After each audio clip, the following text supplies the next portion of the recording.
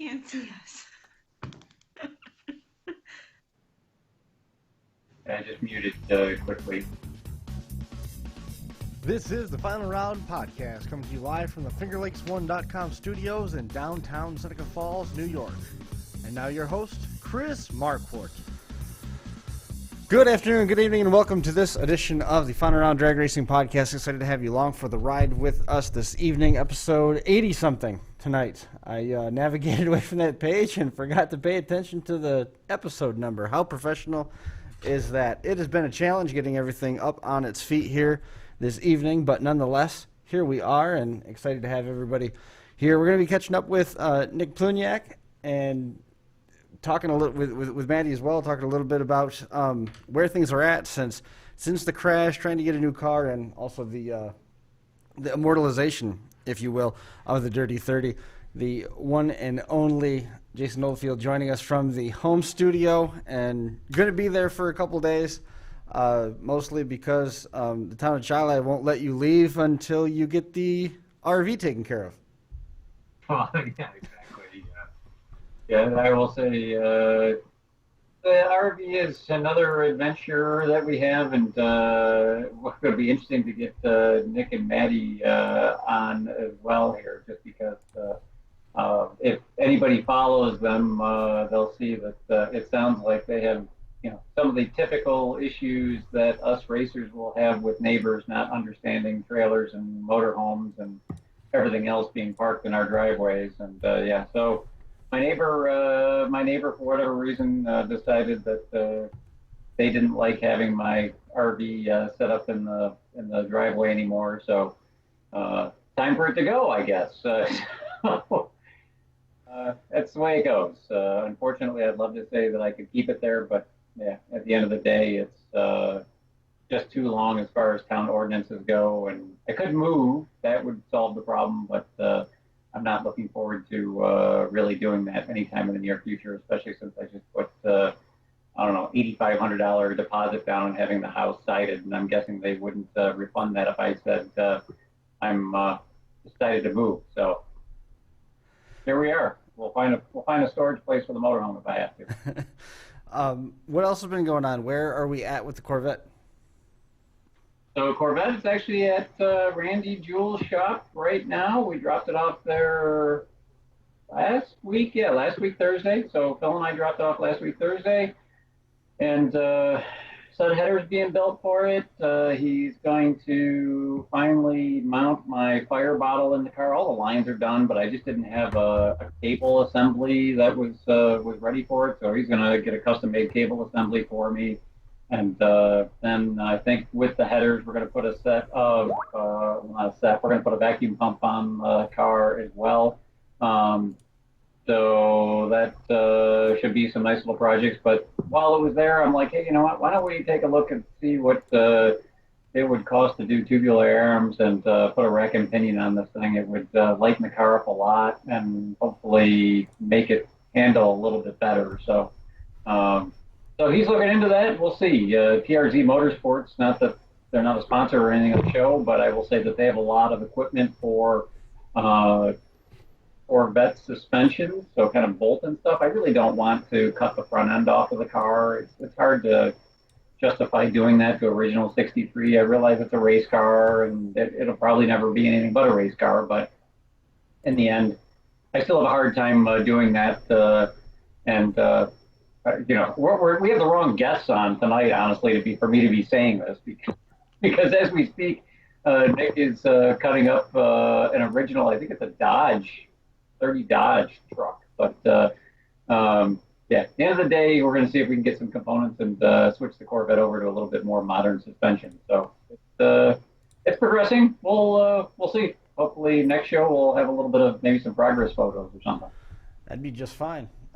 You made reference to what Nick's been up to, getting ready to carve up that Dodge, and what a path he had just to get that. I remember seeing the post about the twin Bonnie and Clyde rides there, and that didn't exactly come together quite the way that he wanted it to. Nick, hanging out in the background, tell us a little bit about where things are at with your builds and how the season has progressed.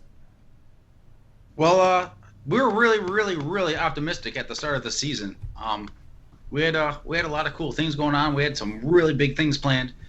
We had some really cool exhibition deals planned out for the season, and the whole coronavirus thing hit New York pretty bad. So we went down to a couple of our big plans got canceled. A couple of the big events got canceled. So we went down to a race in southern Ohio, and things just didn't go as planned, I guess you could say. And we ended up in a very unfortunate accident with the 30, and we lost that car. But that car, we only had 8 passes on it this year, and I cut apart the whole rear half of the car over winter.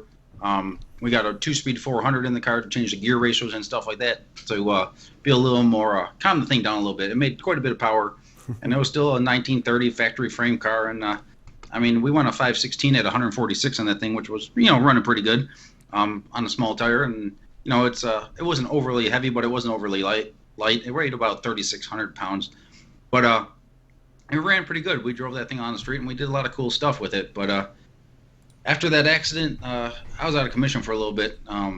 Most of y'all know. I mean, a lot of people saw the video. It's not posted right now, but the car ended up burning pretty bad, and I got burnt up pretty good because I couldn't find my gloves when I got back in the car. I had them on originally, and then the race got held off for a short period of time, so I got out of the car. Then when I got back in the car, I was getting suited up and got all strapped in, and I couldn't find my gloves. And turns out we found those gloves in the fire undamaged, but I can't say my hands came out of the fire undamaged.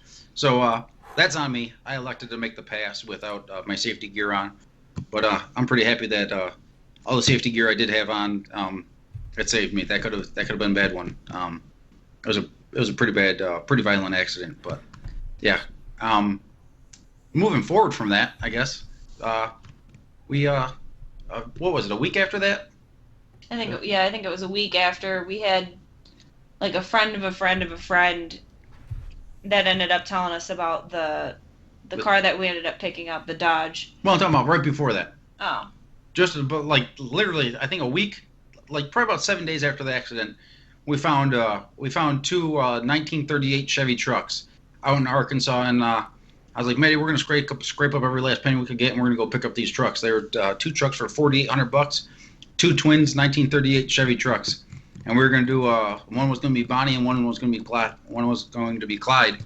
And I was gonna take anything salvageable out of the 30 and put it in one truck, and we were gonna do a LS deal. Maddie has a LS motor that we were gonna put in her Firebird, and we were gonna drop that into another truck, the Bonnie truck, and keep that as like a kind of like a true street 1,000 horsepower or so, really fun driver for her. And that deal just went. That deal fell through, for a lack of better words. We were pretty upset about that because we offered to pay asking price, and we said we'd be down there tomorrow. But so I guess it was a little bit of a rough season to the early 2020. But then we went out to we made a trip to North Dakota to pick up the new car, and we met a guy through a friend, and normally he gets a small commission. As most of y'all know, these old vehicles are hard to find, especially at a reasonable price.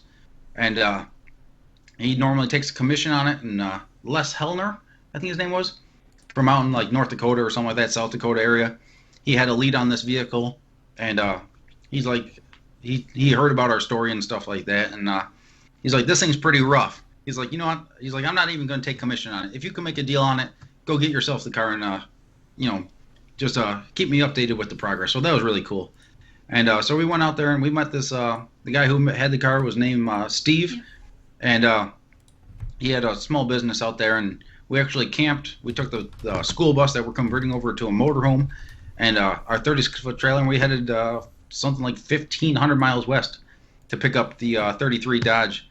And we pulled it out of his barn, and it was don't get me wrong, it's a lot of work. There's people that follow the page or follow the YouTube channel, the Hustlin' Horsepower channel.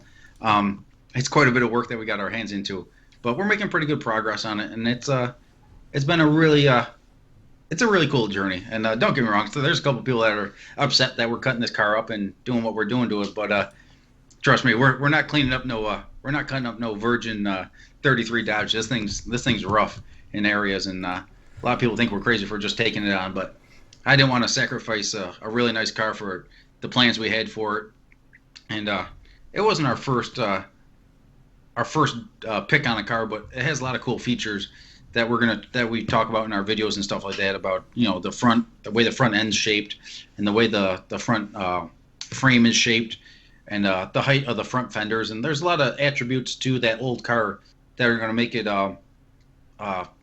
help us to reach our goals. We're going to be going at least mid sevens in the quarter, and it should go probably 190 plus, depending on how big I want to let them hang. The 31 185, and those front fenders up at that speed, they caught a lot of air.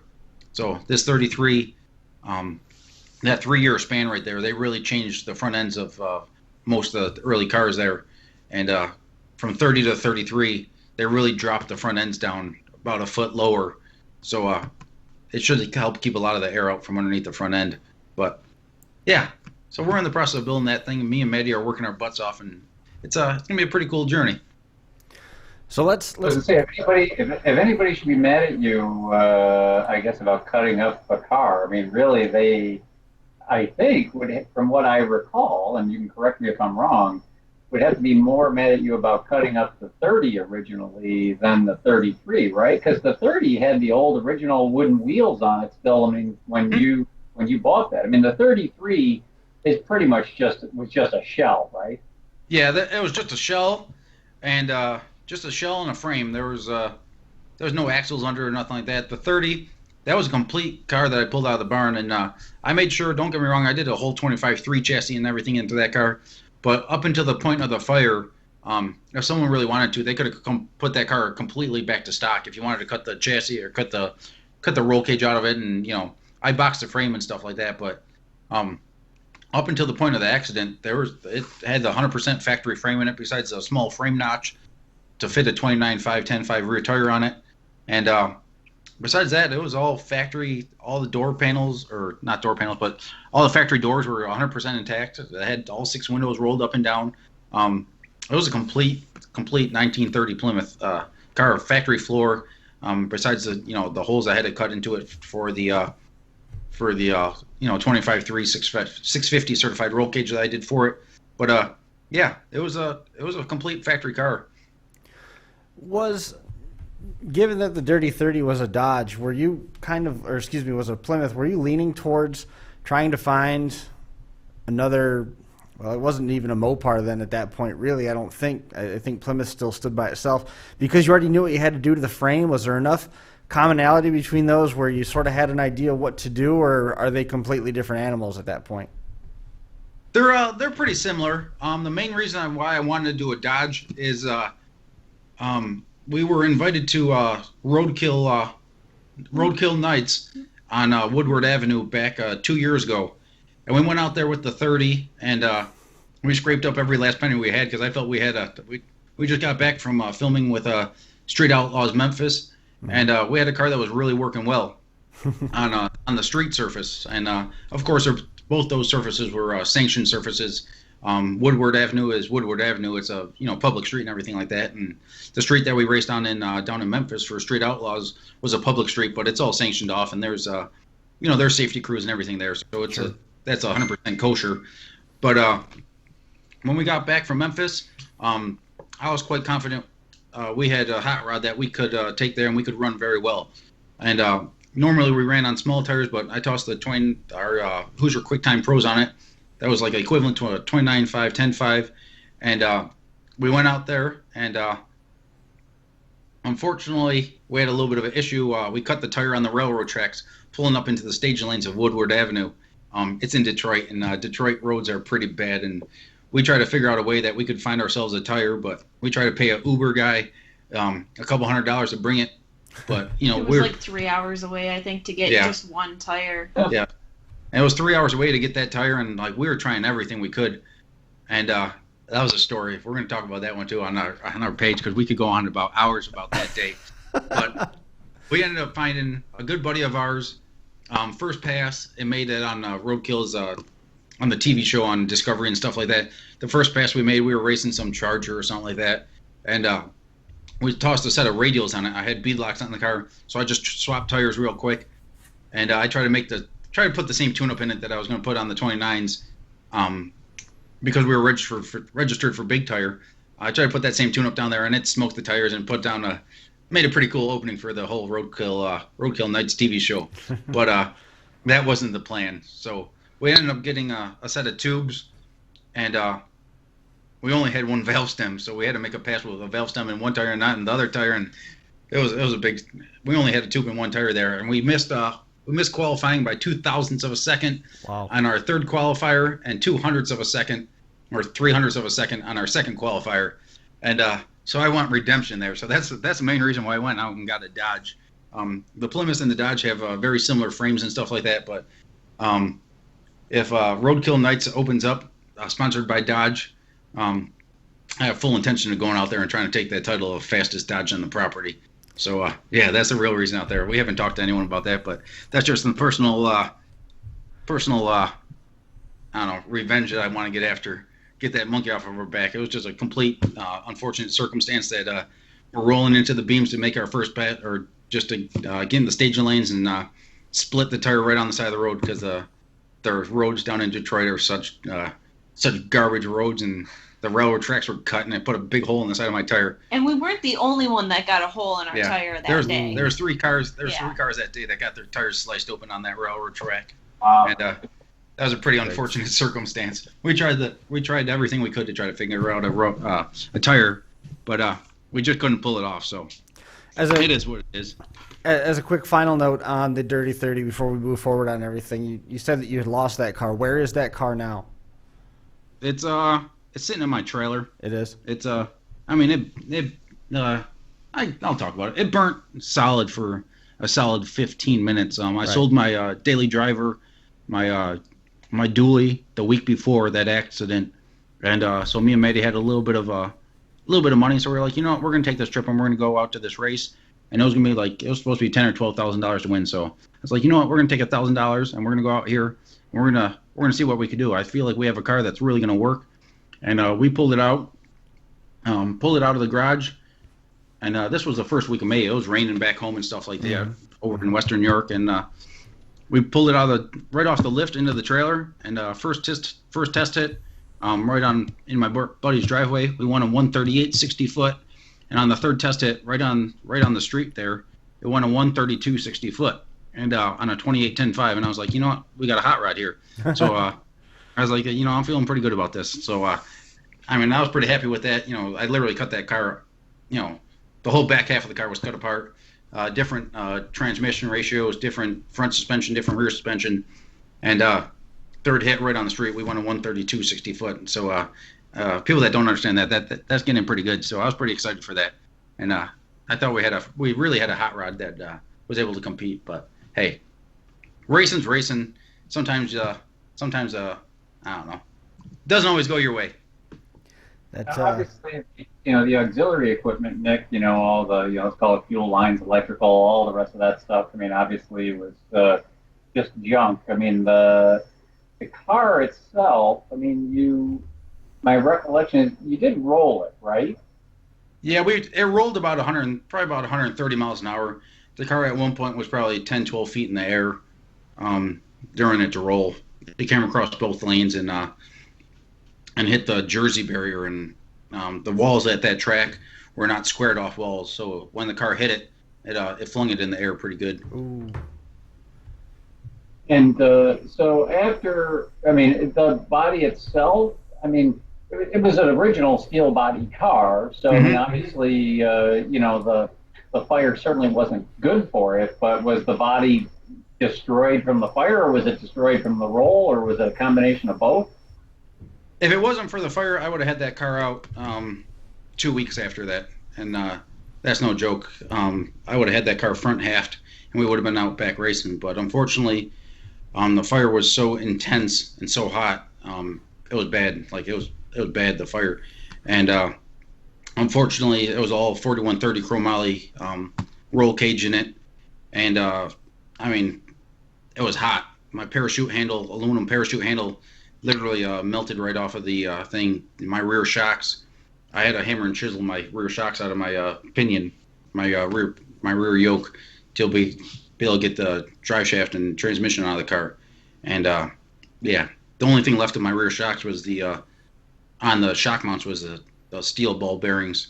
The whole shocks completely melted off. So yeah, it was a very hot, very intense fire. Basically, almost all the aluminum in the back half of the car was just gone. There's nothing left of it. And was it just the race fuel? I'm assuming that was fueling the fire. I mean, is that basically what it was?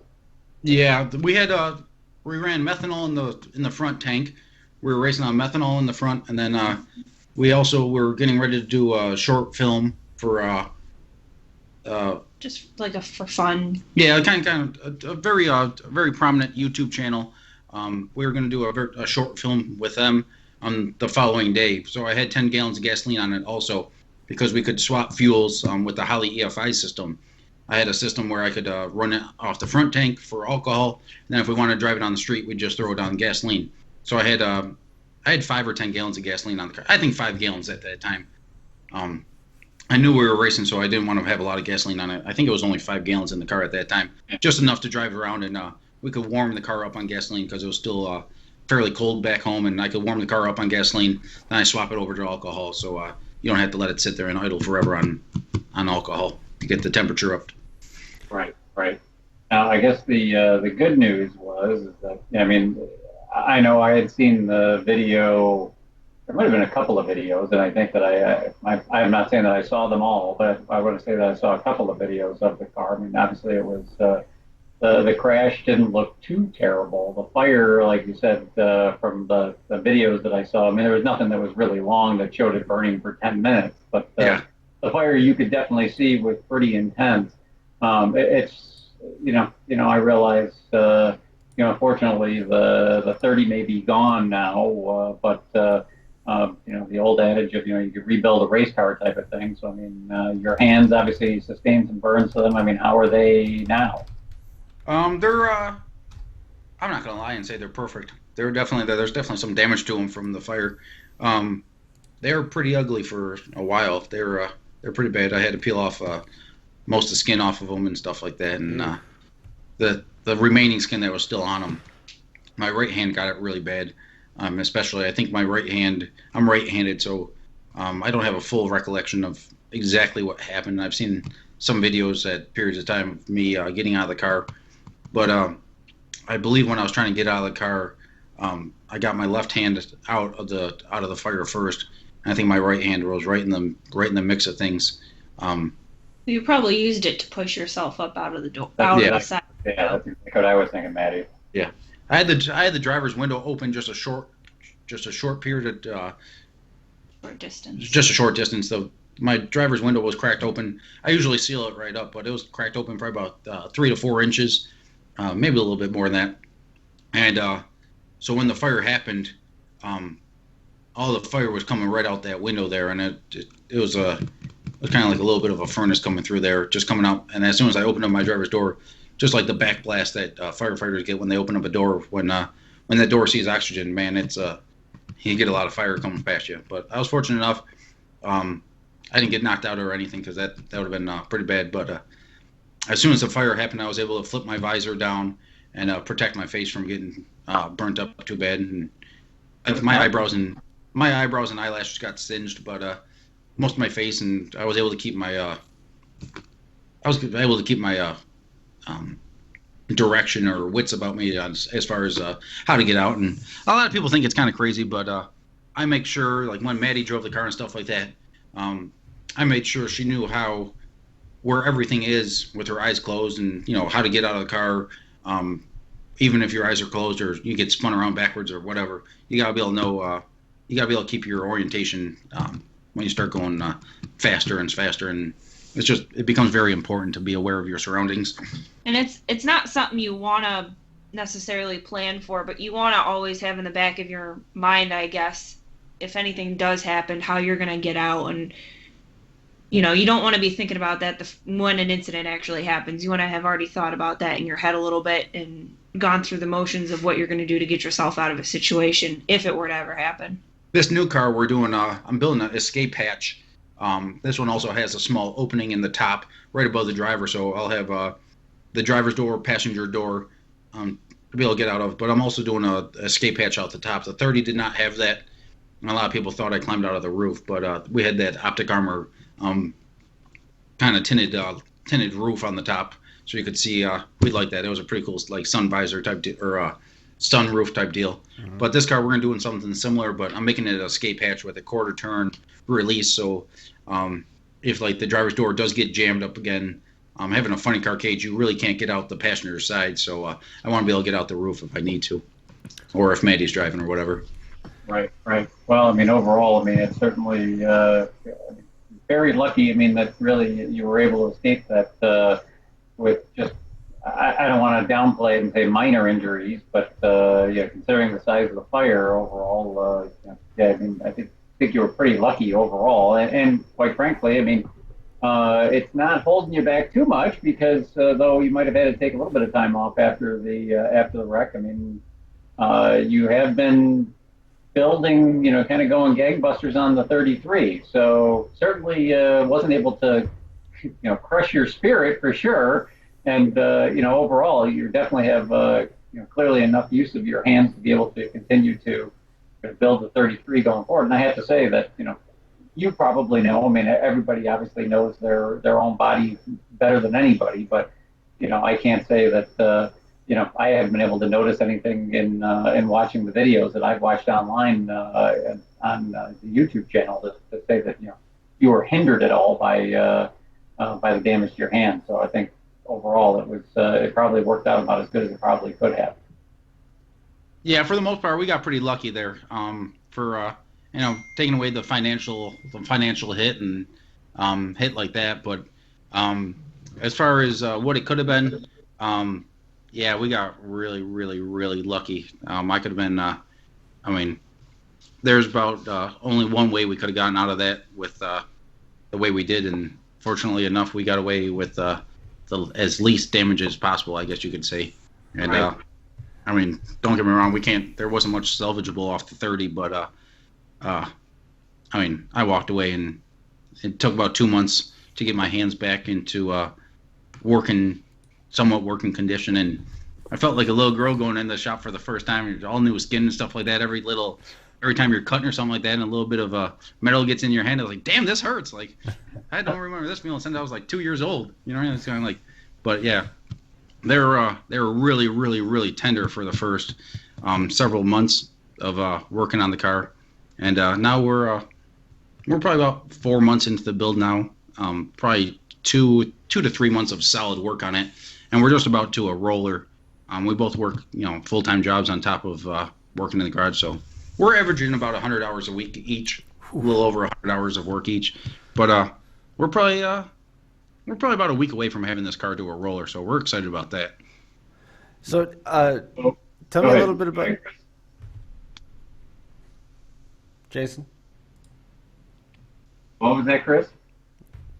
Well, I was gonna ask about the tour of Arkansas and how much fun it was to meet the locals. Didn't you go to Arkansas to tried to pick up a couple of those twins, and you got down there and they had been sold? We actually did not make it all the way down there. Oh, okay. We just had the bus hooked up to the trailer, and we were getting ready to head out, and he sent us a text message saying he got a down payment. And I was like, "What are you talking about?" I said, "I had a guy an hour away that said, he said he had $500 and he'd drop it off to you as a down payment, and we'll be down there in the morning." And the guy was, "I'll go. I'm going fishing all weekend anyways. I'll call you Monday morning or Sunday night." And I was like, "Well, it's a 22-hour ride for us, but we'll be there, and you give us that call, we'll be there in 22 hours. I don't care if you call us at 2:00 in the morning. Sure. We're on our way." And he called us about 3 hours after that phone call, and told us he took a down payment on it. He was very adamant about they weren't going to get sold, and yeah, don't worry about it. There's no rush. There's no pressure on this or anything like that. I said, I have a guy. They were just outside of Fort Smith, Arkansas, and I had a good friend that lives out there, and he's like, my shop. He was a truck driver. He's like, my home base is a half hour away from there. He's like, I'll go drop off the money. And so I was setting up the deal to go drop off the money, and the guy's like, "Oh, don't worry about it. I'm not going to be home anyways." I'm going on my fishing trip. And turns out that was a big lie, so I was pretty upset with that. He wasn't much of a Southerner, in my opinion. Well, I turned around and opened the door for you to go all the way up to the Dakotas and grab this Dodge. How did you come across this? Because this wasn't exactly the same situation as with the Plymouth, as we alluded to earlier. This thing's more just a shell. You're not exactly cutting anything up that was going to be on its way to Barrett-Jackson anytime soon. Yeah, this thing was definitely not on its way to Barrett-Jackson or nothing like that. We were actually at our friend's place in Ohio, and we got a Facebook message, and we get lots. We put out a thing, we're looking for a new car, and what kind of projects have you come across? And a friend from Drag Week sent us a message, and he's like, "Hey, a friend of a friend knows of this car for sale, but he's this is what he does for a part-time living. Is he finds old cars and he takes a 10% commission on them, and so on and so forth." And he sent me a couple pictures. I was like, well, screw it. This thing's kind of cool. I'll pay the 10% commission on this. And it's old. It's super rare. And, it's super rare, but the thing was, it was rough. It's rough. But I was like, I'll pay the 10% commission on it. So I got a hold of the guy, and we started talking to the person that found it. And he led us to the owner. And he was just like, hey, I'll waive my commission fee. He's like, you guys seem like a really cool young couple. I appreciate what you're doing, so on and so forth. He's like, keep me up with the build and let me know if you get it. So we headed out there, and it was right at the height of some crazy stuff going on. So there was all the riots going on out there in Wisconsin. So we drove right through the riots, and it was a wild ride.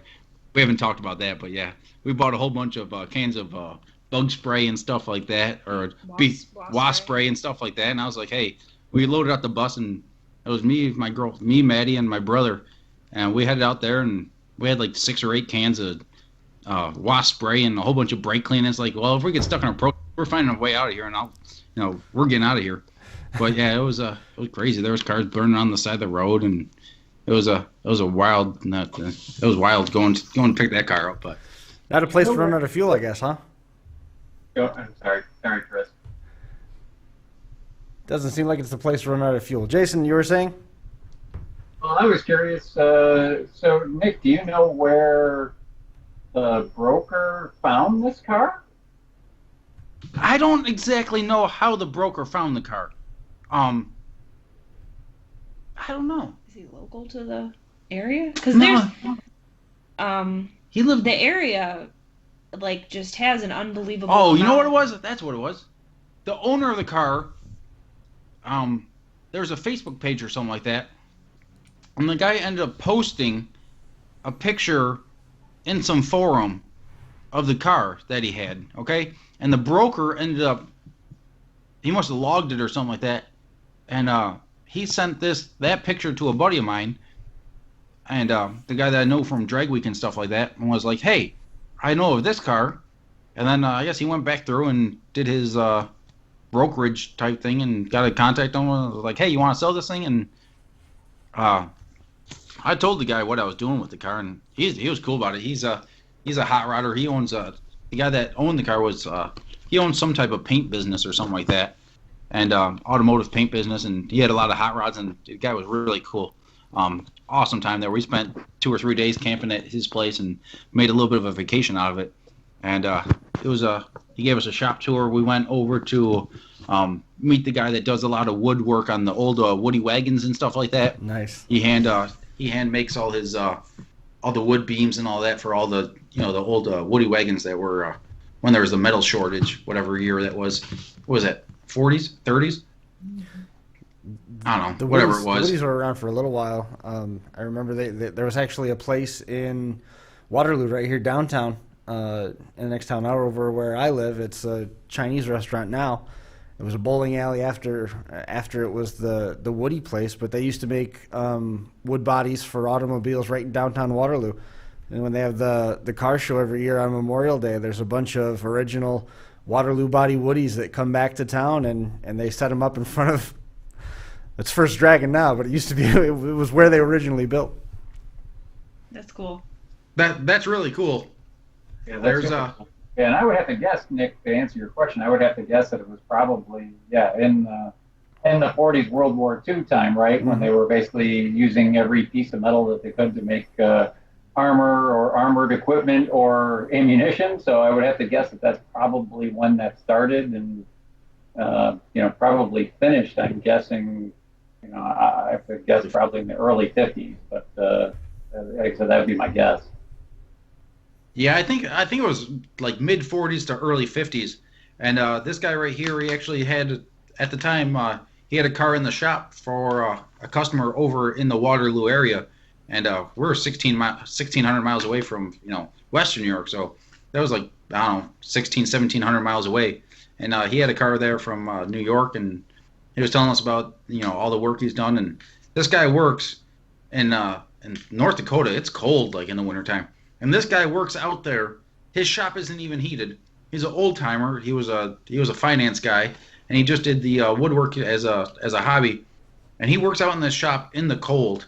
He says, it's usually I usually get up to 10 to 20 degrees Fahrenheit in the shop out here, and I do my woodwork in the middle of winter. It's like, damn, that's cold. Like, I don't work in the cold no more. Like, I can't stand it. And here's this guy, hand hewing, wood beams and stuff like that, and building, doing all the woodwork, like complete cars, yeah. building complete cars, in 20-degree weather in the middle of winter. It's like, holy crap, this is crazy.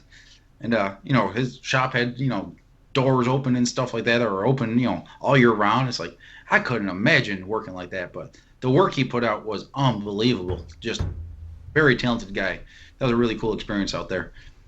Now, my recollection, so just so everybody knows that's watching here, so Bonnie and Clyde's Hustlin' Horsepower is the channel on YouTube. I know you have a Facebook page as well, right? Is the Facebook page is it the same as Bonnie and Clyde's Hustlin' Horsepower? Yeah, Bonnie and Clyde's Hustlin' Horsepower. The channel, everything is quote unquote Hustlin' Horsepower, but it's Bonnie and Clyde's Hustlin' Horsepower. It's kind of similar to like Stacey David's Gears, if anyone watched like Spike TV back in the day and stuff like that. Yep. But it's the whole thing that we're doing is Hustlin' Horsepower, and that's going to include when we sell the house here in springtime. It's going to include our 6-month I don't know, whatever you want to call it, adventure. We're more than likely moving out of New York State, so we're gonna be traveling the country a little bit, figuring out where we want to make a life. So we're going to take 6 months off, and we're going to be working. Maddie's going to be working online, remotely, of course, as we're traveling, and I'll be doing some jobs along on the road and stuff like that. So we're going to spend a little bit of time on the road, traveling and doing some racing, doing some shows and stuff like that, and figuring out where we want to lay our head down for our next set of adventures. All right. Well, there's a whole bunch of topics here that I want to touch on. So first thing is, I think on the YouTube channel on Bonnie and Clyde's Hustlin' Horsepower, you do have a video, I think, of when you pulled the 33 out of the barn, right? That is correct. Okay. So I want to make sure that everybody knew that. You were talking about camping, and I kind of remember vaguely watching the video of you guys camping out there and stuff like that. So you definitely have to go.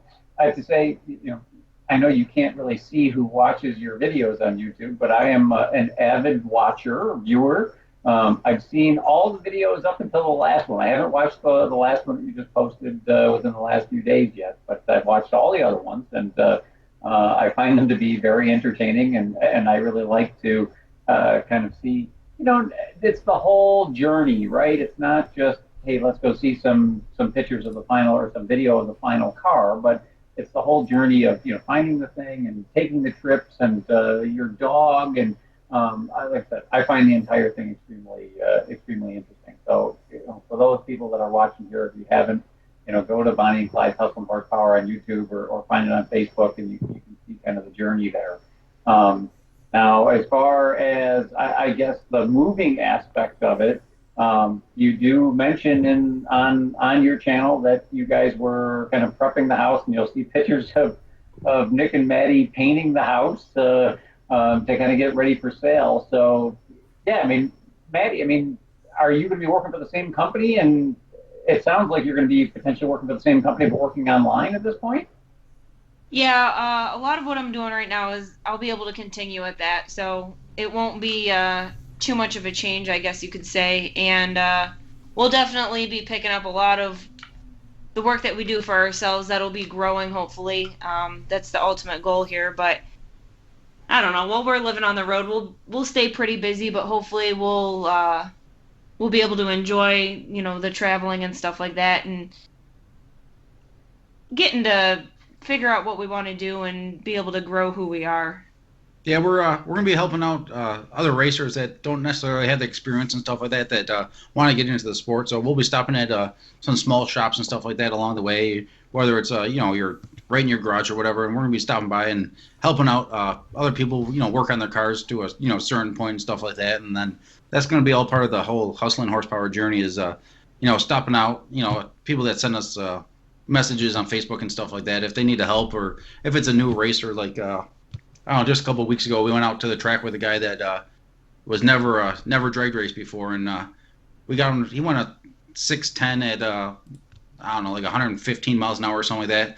Was one of his first passes drag racing and stuff like that, and we helped him out with his Holly EFI, the tune-up and stuff like that, and helping him get him situated in racing and stuff like that. And he was a circle track racer for a long time, but he never drag raced. So we're gonna be going out and doing stuff like that, and getting people acclimated with the sport of drag racing and stuff like that, and helping out some young kids and people that want to get into the sport but don't necessarily have the knowledge or the know-how to go about it. So that's gonna be a big part of the journey too, and all that. I'm over here chuckling. Young kids, what are they, like kindergartners? For God's sake, you two are young kids to me. We're only in our 20s, but we don't have any kids right now. So we're going to use the next year or 6 months or whatever, and we're going to try to make our mark on the motorsports industry. If we could go out and help out a bunch of people, and we're looking to purchase a junior dragster here shortly, and we're going to loan that out to a less fortunate family. I know when I was younger, I was never able to get into a junior dragster. We just didn't have that ability to jump in one. So I didn't jump into a drag racing really. I was around it my whole life, of course, but I never got to race it myself until I was able to got my license and was able to get in a full size car. So I think it'd be really cool to help out a less fortunate family and loan out a junior dragster for a season at a time to different kids that are really ambitious about the sport, or really have a drive for the sport, and are doing good in school, and someone that we really get attached to, that we can loan them out the junior dragster and just have their family covered, the fuel costs as little as that is, and entrance fee cost, and give them the junior dragster, outfit them in a fire suit, and let them go out there and feel the rush of strapping in and racing, and all the camaraderie and the lessons learned throughout the sport of racing. So that's super cool. That's the first I've heard of this. That you guys had planned this. How did that idea come about? We announced it. We just announced it yesterday or so, 2 days ago, on our Facebook page, and me and Maddie have been working about this for the last year or so, and we just about had everything together to be able to purchase a junior dragster when we lost a 30, and then of course that was a setback in every aspect of life right there. So, but we work our butts off, and we got a couple people that want to help be a part of it. We have a lead on a junior dragster right now for a good price, and we're not looking for a super fast car or nothing like that. We're just trying to get a kid out there, between 8 and 12 years old or whatever, and get them in the seat and let them experience the sport of racing. And if they really like it, maybe their family will be able to afford a junior dragster, test it out for a little while, and get to experience everything that we've experienced throughout our racing journey, and meeting the people we have. And some of our best friends live halfway across the country, and that's all because of racing. So. Well, that's super cool. Now, question about let's call it, packing everything into which I love the name, packing everything into the school bus and traveling the country. How did that idea come about? And I guess there had to be one of you that was, I guess, let's call it playing devil's advocate and saying, are we really sure we want to do this? Or was this an idea that one of you had and the other one was like, yeah, absolutely, let's do this, let's go? I definitely was questioning things.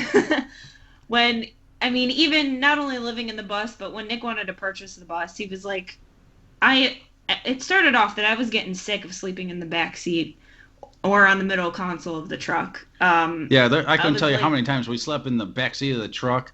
I mean, I think the only time we traveled and we slept in a hotel, we've been together 4 years now, and I think the only time we actually slept in a hotel was when we went down to Memphis, and that's because we were down there for multiple days, and we drove, I don't know, something like 16 hours to get down there or something like that, and I was up for like 2 days before that, and it was just more than just me and Maddie. There was 4 of us. So we all split a room, me, Maddie, my cousin, and my good buddy Ryan that, helped out a lot on the car, especially in the early stages.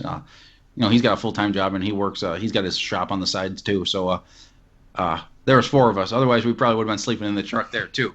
But yeah, we were looking for something that could haul the trailer and, something that we didn't have to sleep on in the back seat of the pickup truck anymore. Yeah, Nick found the school bus, and it was in, what, North Carolina or South? South Carolina. It was in South Carolina, and he sent it to me. I was living in Pittsburgh at the time for work.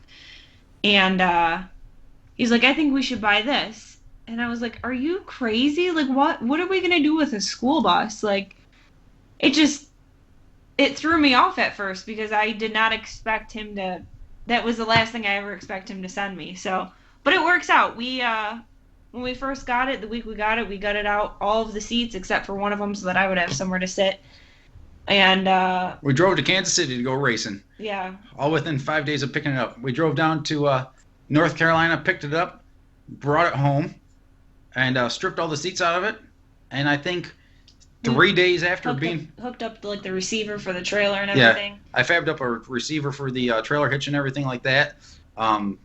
Did some wiring on it, but it's a C5500 Kodiak chassis, and it's got a Duramax, Chevy Duramax in it, and a 6-speed Allison transmission. So it's it tows pretty good. We tow 85 miles an hour in that thing with the 36-foot trailer. So she does just fine. And last year we put over 30,000 miles traveling in that thing, and we're working on converting that over to a motorhome now. I just couldn't justify buying a motorhome. I mean, we got the bus for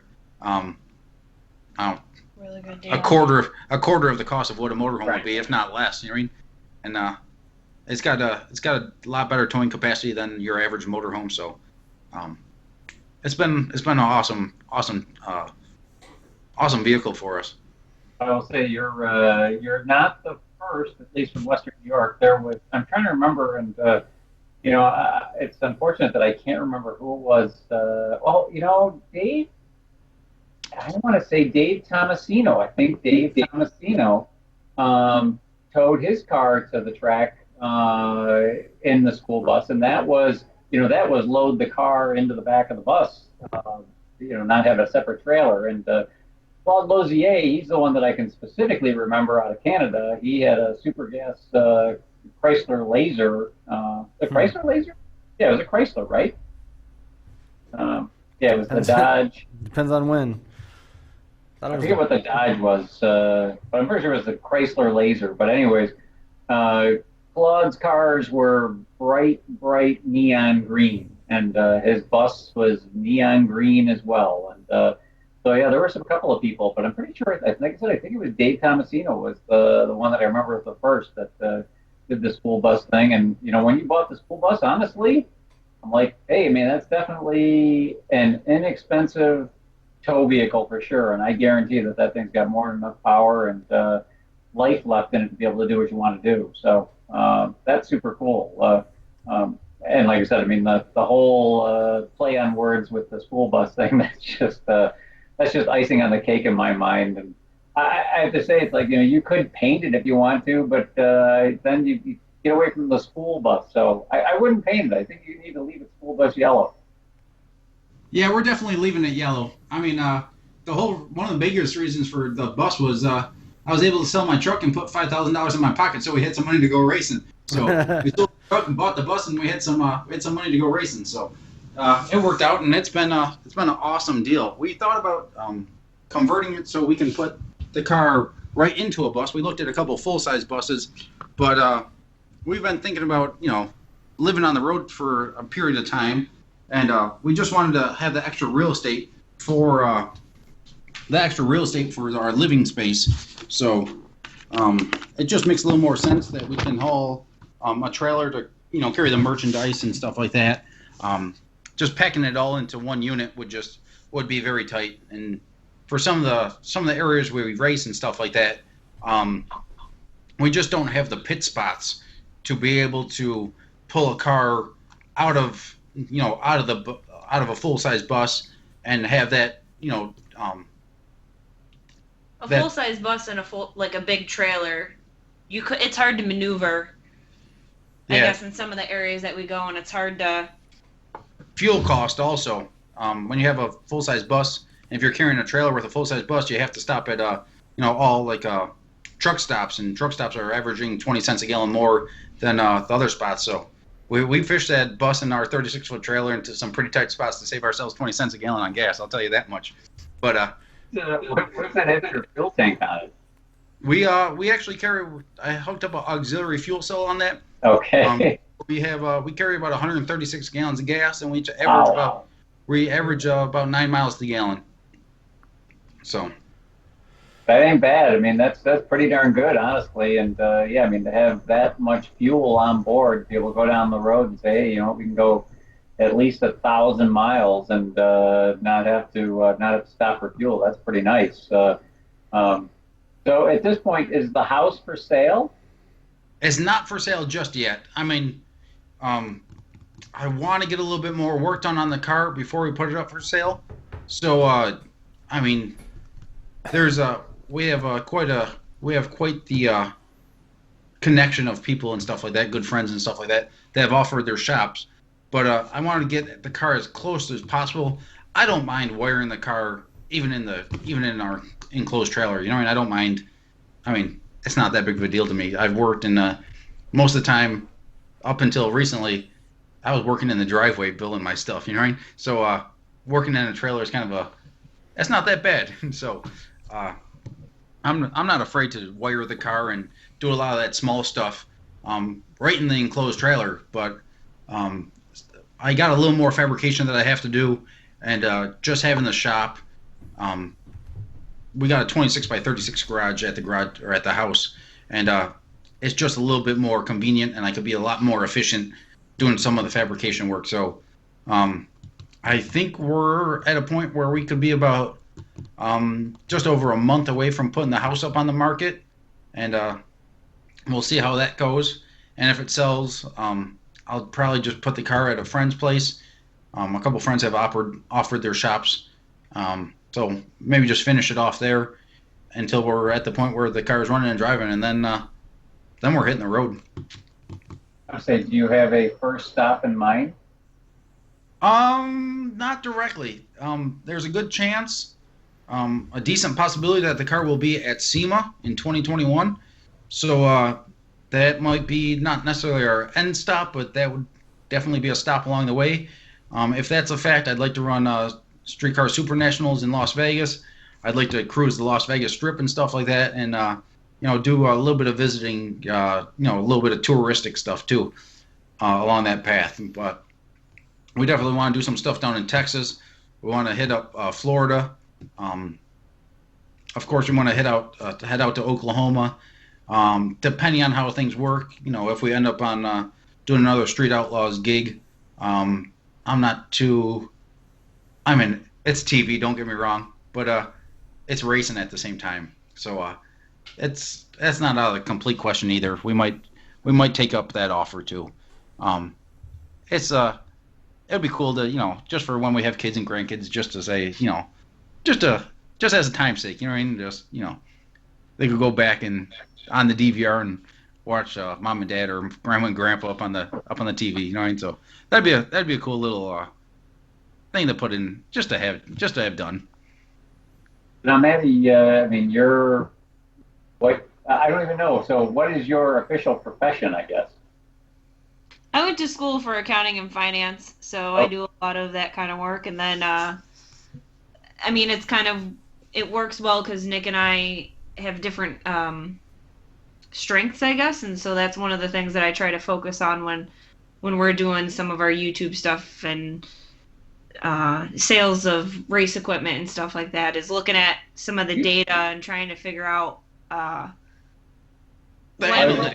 was just going to say, I'm pretty sure you're like a racer's worst nightmare as far as the spouse goes. An accountant? Yeah. Well, put it this way. This is when we first met. I told her right off the bat. I said, "You're in for a rude awakening," because it was at the time I took a year off of racing. I said, "You're in for a really rude awakening when race season comes around, because like this is what I eat, sleep, live. Like this is my life." And I said, "I'll be straight up with everything about it. You know, I'm not going to hide the amount of money that this stuff takes. I'm not going to hide the amount of work this stuff takes, because like I ain't going to lie and say, I'll be in the house and like, in the house on time for dinner every night, because, that just doesn't happen. You know what I mean? And it takes a lot of work, but we've been able to do a lot of cool things together, and it's been one hell of a journey, and that's what the whole Hustlin' Horsepower thing is about.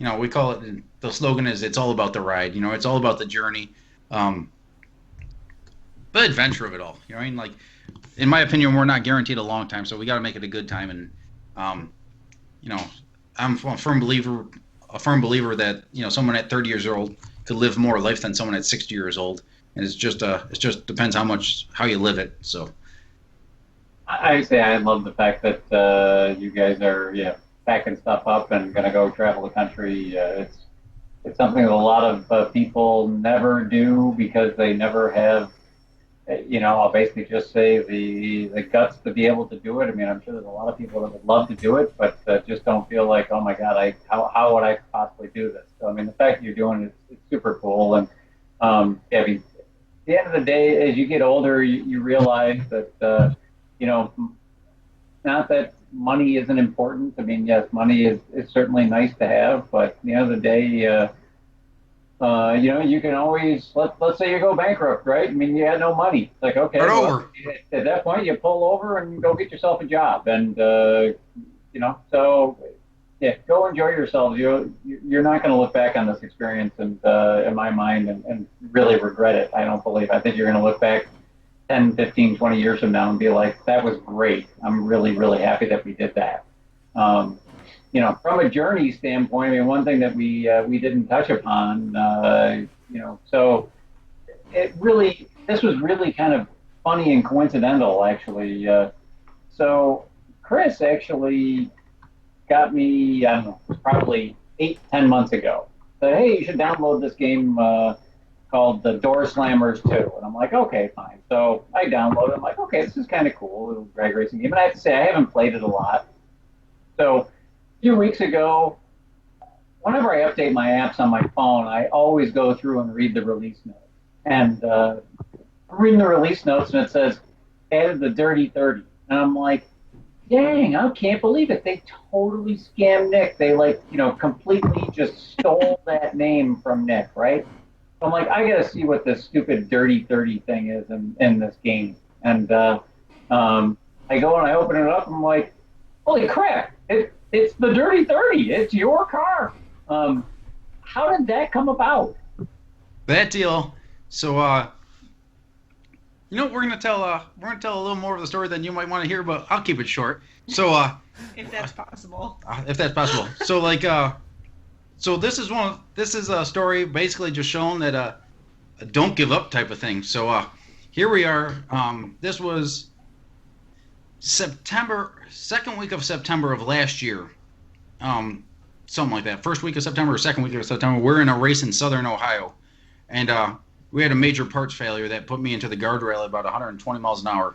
It was a parts failure. I'm not going to get into detail, but a part that was purchased failed, and it put me right into the wall about 130 miles an hour, and it mangled up the car pretty bad. So I think it was 2 weeks after that, we were supposed to be at the Halloween Classic at Norwalk, Ohio. My favorite track. It's cold. And it was probably it was first week of October that they wrecked, right? It might have been the first week of October because the Halloween Classic was like maybe the third week of October, and this is going back just over a year now. And we were supposed to be there to do. We were going to run the Trick Flow Specialties big air contest or whatever, like longest wheelie contest, and then we were going to jump in a couple other classes and just go out there just kind of as a exhibition thing and have some fun. And it ended up being we told Trick Flow, we run their cylinder heads and stuff on the car, and we told them, hey, we'll come out and we'll be there. And then the wreck happened like maybe 2 or 3 weeks before we were supposed to be there, and we busted butt. And I mean, when I say busted butt, like we busted butt. There was thousands and thousands of dollars worth of damage, and I think I worked something like 10 to 15 overtimes in those 3 weeks to be able to get the money to be able to make it there. And we made it there for that show. Unfortunately, we were a couple parts short, so we couldn't race the event.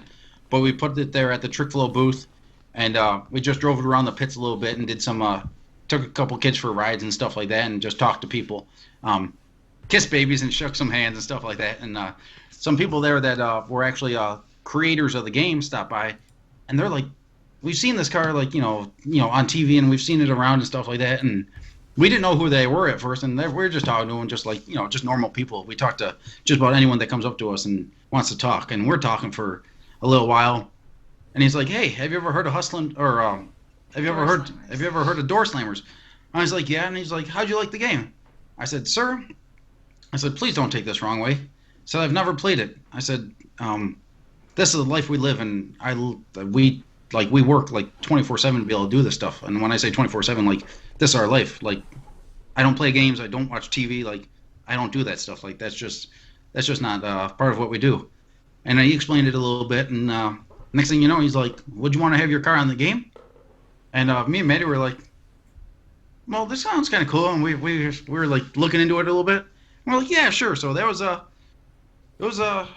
like 10 months in the making or something like that to get that car out there. But that was just one of those things where, I mean, we absolutely busted butt to be able to make it there. And unfortunately, we weren't able to race. But it was just one of those things where it's kind of like a reminder of why to work so hard. It just, we wouldn't have never made that connection, or wouldn't have made that connection at that time if it wasn't for all the hours we put in just to be able to make it and, hold up our end of the deal. We weren't able to race and be part of the event, but we were still there to, be there and, hold up our... Spectate and have the car there at the booth and stuff like that. So we did our best to hold up our end of the deal, and it was just one of those things that, we do that quite often, and sometimes it doesn't pay off, but that was one of the times that it paid off, and it was a really cool deal to be accepted and invited into that deal. So we're pretty excited about that one.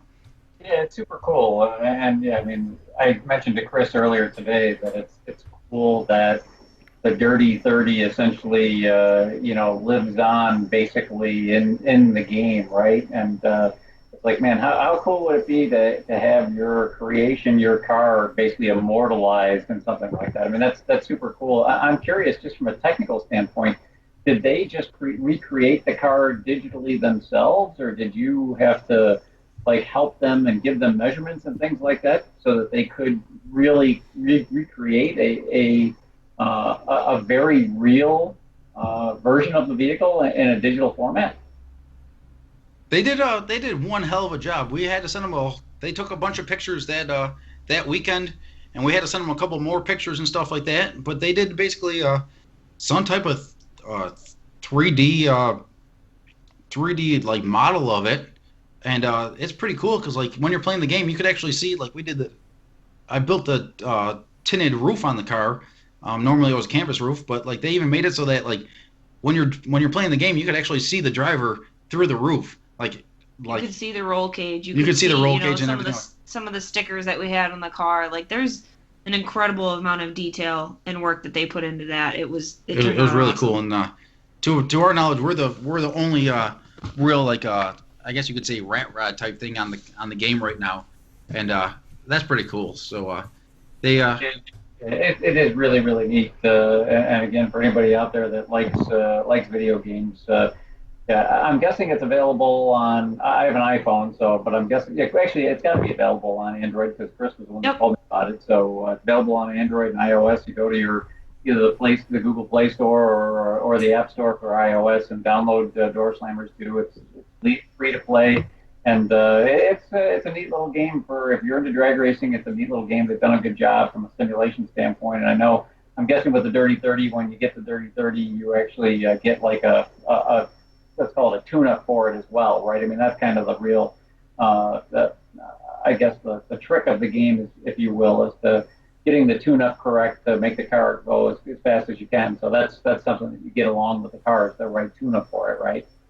Yeah, there's you could change the tune-ups and stuff like that, and we get I don't know if you want, I don't like calling them fan submissions or something like that, but we get messages and stuff like that of how fast people have gone in the car and stuff like that, and they're all they do their modifications to the car, and one guy sent in a picture of one. He actually took out the turbo motor and put in a root style blower motor in the thing, and it was nasty looking. It was cool, and yeah, it was there's just a lot of cool stuff with it, and yeah, that's we almost didn't put the car in the game because we got approached for the final renditions and stuff like that just like a month or so after the accident.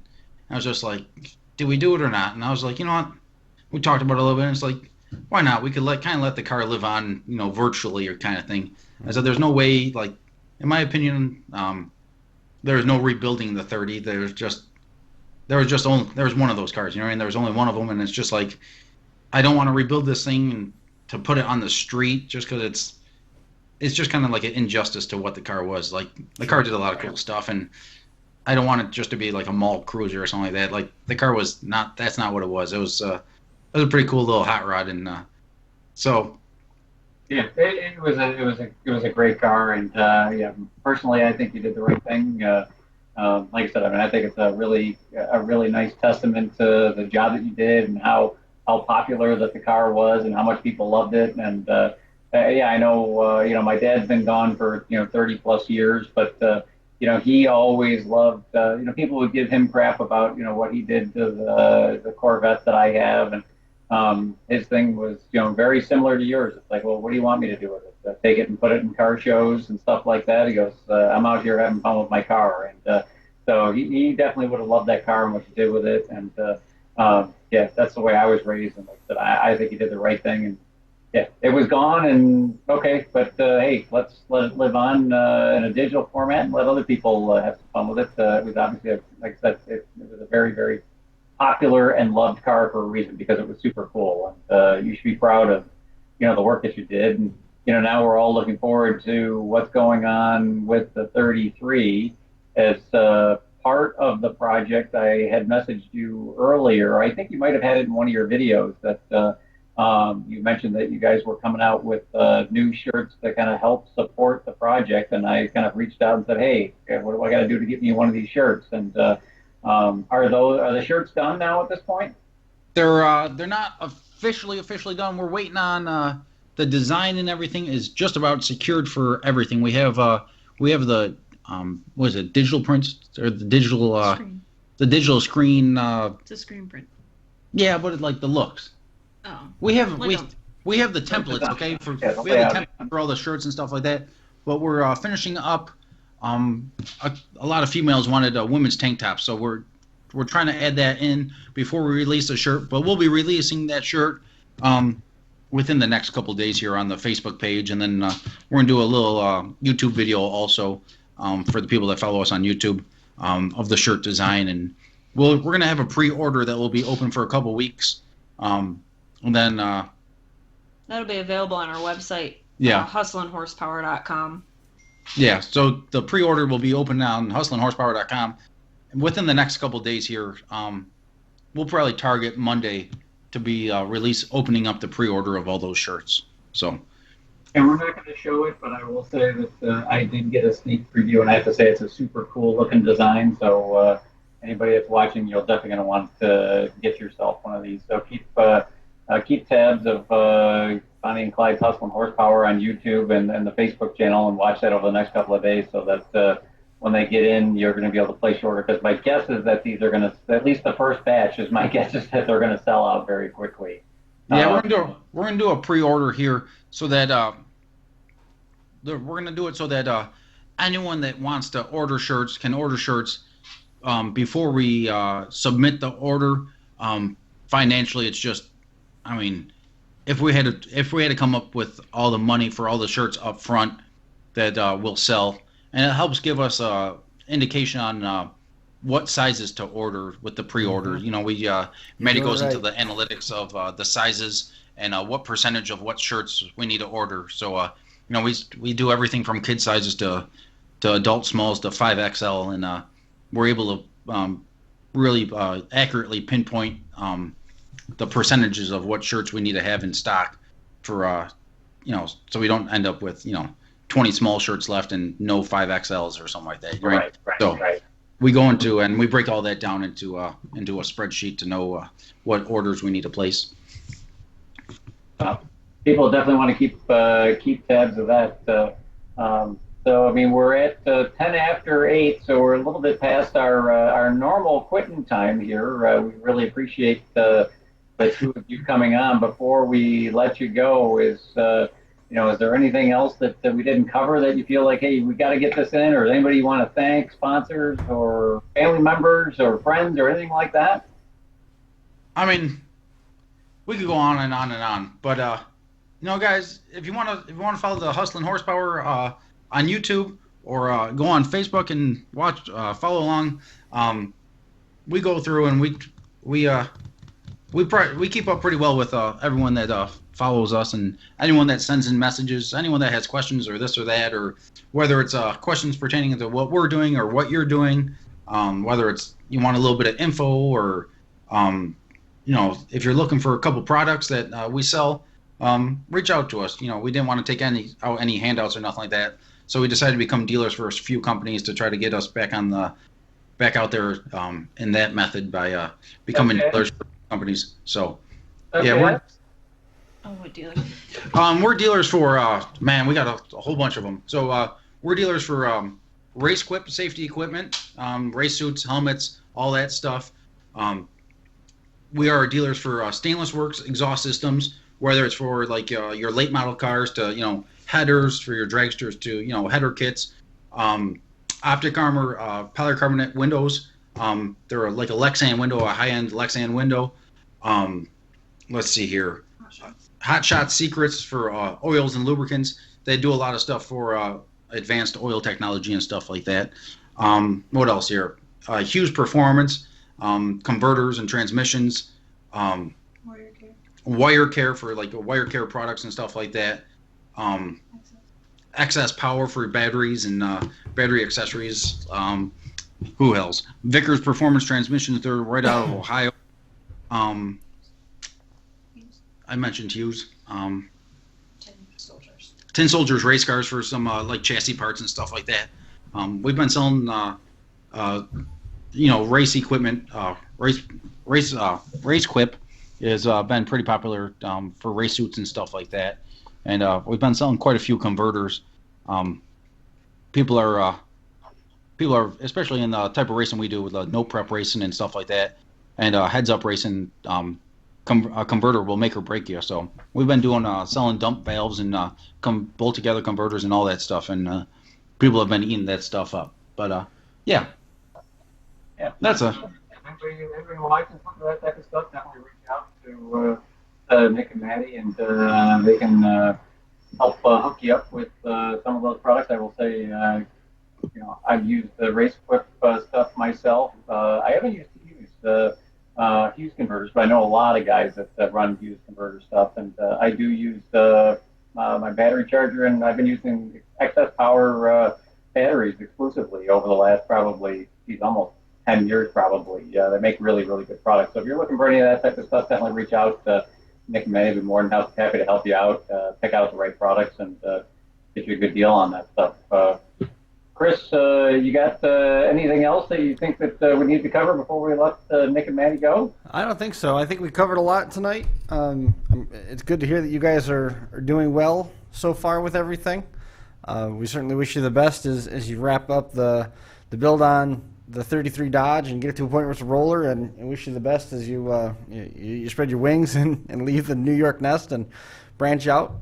We really appreciate you coming on and talking with such honesty about some pretty challenging topics, I would think, from your life, talking about the burns and the accident and bringing it home, and then flipping it around and going through the process of rebuilding and ultimately going to be able to turn that around and pay it back to the racing community with the project with the junior dragster and things like that. It's good to have that candor and that candid discussion that we had today.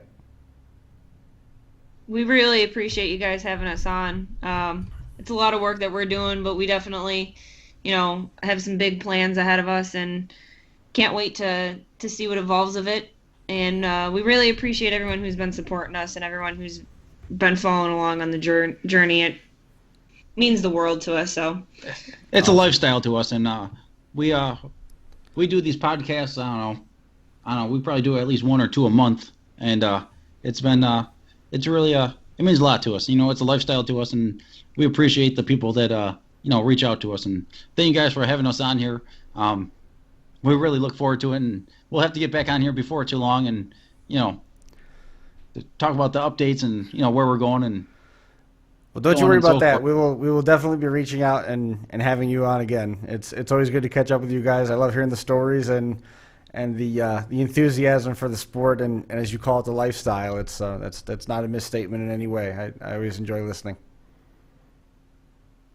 Yeah, we really appreciate you coming on, and definitely look forward to keeping in touch. And I know for myself, I'll get my fill by basically watching the videos on Bonnie and Clyde's Hustle and Horsepower on YouTube. I'm subscribed. I got the bell clicked so I get notified, and like I said, I want to know about when the new videos come out so I can watch them. So you have at least one avid viewer here, so I get a chance to follow along, and I encourage others to do the same. So like I said, we appreciate you guys coming on. We appreciate it. The videos are still a little bit raw, but they're real. So we're working on the editing thing. We didn't come from that background of editors or nothing like that, but we're working our way through it. Awesome, guys. Well, we wish you the best. Stay in touch. We look forward to doing it again. That's going to do it for number 84. Rocky start, but it ended up being a good one. We appreciate everybody tuning in and watching along with us. We are all through here at the North Park Building at Academy Square at the FingerLakes1.com headquarters. We will see everybody again in 2 weeks. Looking forward to it. We'll see you then.